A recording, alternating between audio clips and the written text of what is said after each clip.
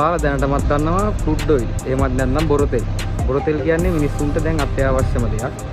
අවුරුදු මිලියන ගානක මියගිය ශාක සත්ව කොටස් පොළොවේ තැන්පත් වෙලා එතනින් හැදෙන රසායනික ප්‍රතික්‍රියාවක ප්‍රතිඵලයක් තමයි ක්‍රූඩ් ඔයිල්.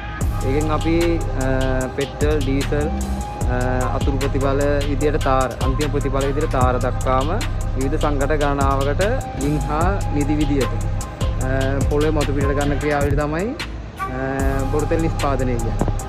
පින්නේ නයිජීරියාවේ නයිජර් කියන ගඟේ මේක අයිති වෙන්නේ ඇට්ලාන්ටික් සාගරයට. ඉතින් ඒ විදියට බොරු තෙල් ලින්හා නිදි විදියට මැද පෙරදිග අප්‍රිකා, යුරෝපා, ඇමරිකා ඒ මහද්වීපවල ගොඩක් රටවල මේ ක්‍රියාවලිය සිද්ධ වෙනවා. ඒ වගේ තමයි බටහිර අප්‍රිකාවේ නයිජීරියාව 15 වැනි තෙල් නිෂ්පාදනය කරන රට. ඒ වගේම 6 වැනි විශාලතම තෙල් අපනයනකරු. ඔයෙන් ක්‍රූඩ් ඔයිල් ගන්නකොට ඒවත් එක්ක එන වතුර අපි කරන්නේ ඒ වතුර ගිහිල්ලා ඇට්ලාන්ටික් සාගරයට අත්හරිනවා. IMO ජාත්‍යන්තර සංවිධානයක් තියෙනවා. ඒකට අනුකූලව ඒක නීති වලට අනුව තමයි මුහුදේ හැමතැනම අත්හරින්නත් බෑ. එක ප්‍රදේශයක් තියෙනවා. එතන තමයි අපි අත්හරින්න ඕන වතුර.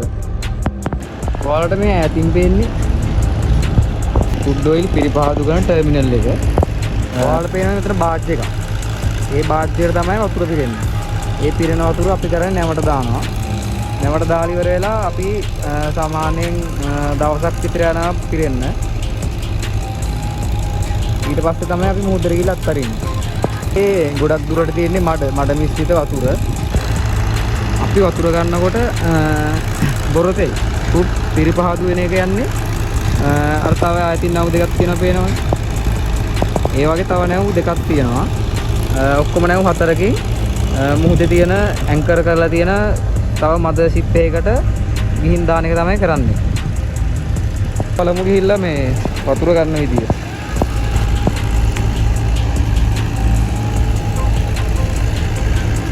මේ දෙන්නේ වතුර බාජ් එක. මේ බාජ් එකට තමයි පිරිපහදු වෙන කොට ඉතිරි වෙන වතුර එන්නේ.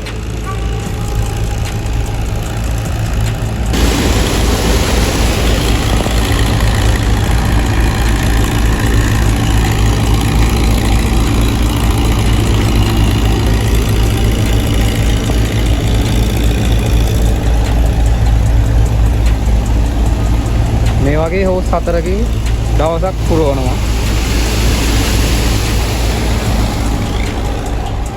මේ ටැංකිය වලට ඇවිල්ලා මෙතනින් පිරිපහදු වෙලා මේවට දාලා තමයි අපි මුහුදට අත්හරින්නේ. ඔන්න ওই විදිහට තමයි ක්‍රූඩ් ඔයිල් පිරිපහදු කරලා වතුර වෙන් කරලා ක්‍රූඩ් ඔයිල් වෙන් කරන්නේ.